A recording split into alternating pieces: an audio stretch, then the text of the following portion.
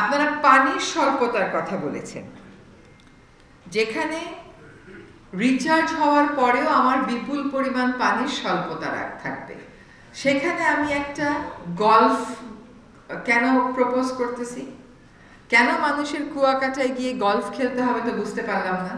আর এই গলফের ম্যানেজমেন্ট কাদের কাছে থাকে এটা কি আমরা জানি না? আমাদের তো ওখানে গলফের কোনো প্রয়োজন আছে বলে আমি মনে করছি না। মানুষ যদি বিচে গিয়েও গলফ খেলতে যায় তাহলে আর লাভটা কি হলো? মানুষ বিচে যাবে বিচ দেখতে, সে গলফ খেলতে ওখানে যাবে না। তো আমি এইটা আপনাদেরকে একটু পুনর্বিবেচনার অনুরোধ জানাচ্ছি। যখন রিচার্জের কথা বলেন, গ্রিন বেল্ট কিন্তু একটা অনেক বড় রিচার্জের কারণ হতে পারে, কিন্তু সেখানে কি কি গাছ লাগালে রিচার্জটা হবে এটা আমাদেরকে দেখতে হবে। পরিবেশ এবং বন মন্ত্রণালয় থেকে এই দিন 7 আগে কুয়াকাটা শুধুমাত্র সমুদ্র সৈকতে প্লাস্টিক কালেক্ট করা হয়েছে। একদিনে 6 কিলোমিটারে 323 কেজি প্লাস্টিক।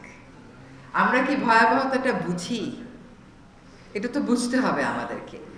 এবং এই যেহেতু এটা একটা কোস্টাল এরিয়া, আমরা যদি আমাদের এই প্রপোজিশনে একটু, আপনারা কিন্তু এখনো এটা গেজেট নোটিফিকেশনের মাধ্যমে করতে পারেন যে এই সমুদ্র সৈকতে এই মাস্টার প্ল্যানের অতিরিক্ত হিসাবে সম্পূরক হিসেবে বলে দেয়া হচ্ছে যে এখানে কোনো সিঙ্গেল ইউজ প্লাস্টিক ক্যারি করা যাবে না, এবং সকল সিঙ্গেল ইউজ প্লাস্টিকেরই বিকল্প আছে।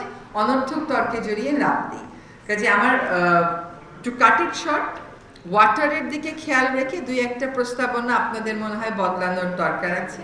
আর আমাদের একটা বড় কল হওয়া উচিত কোস্টাল জোন ম্যানেজমেন্ট রুলস, এটা করে বাকি কাজগুলোর দিকে আমরা আগাতে পারি। তা নয়তো গতকালও এসছে আমার কাছে অভিযোগ যে এখনো আবার নতুন করে কক্সবাজারের সমুদ্র সৈকতে আবার দোকানপাট করা হচ্ছে। এটা টম অ্যান্ড জেরির মতো হচ্ছে, আমরা ভাঙি ওরা বানায়, আমরা ভাঙি ওরা বানায়।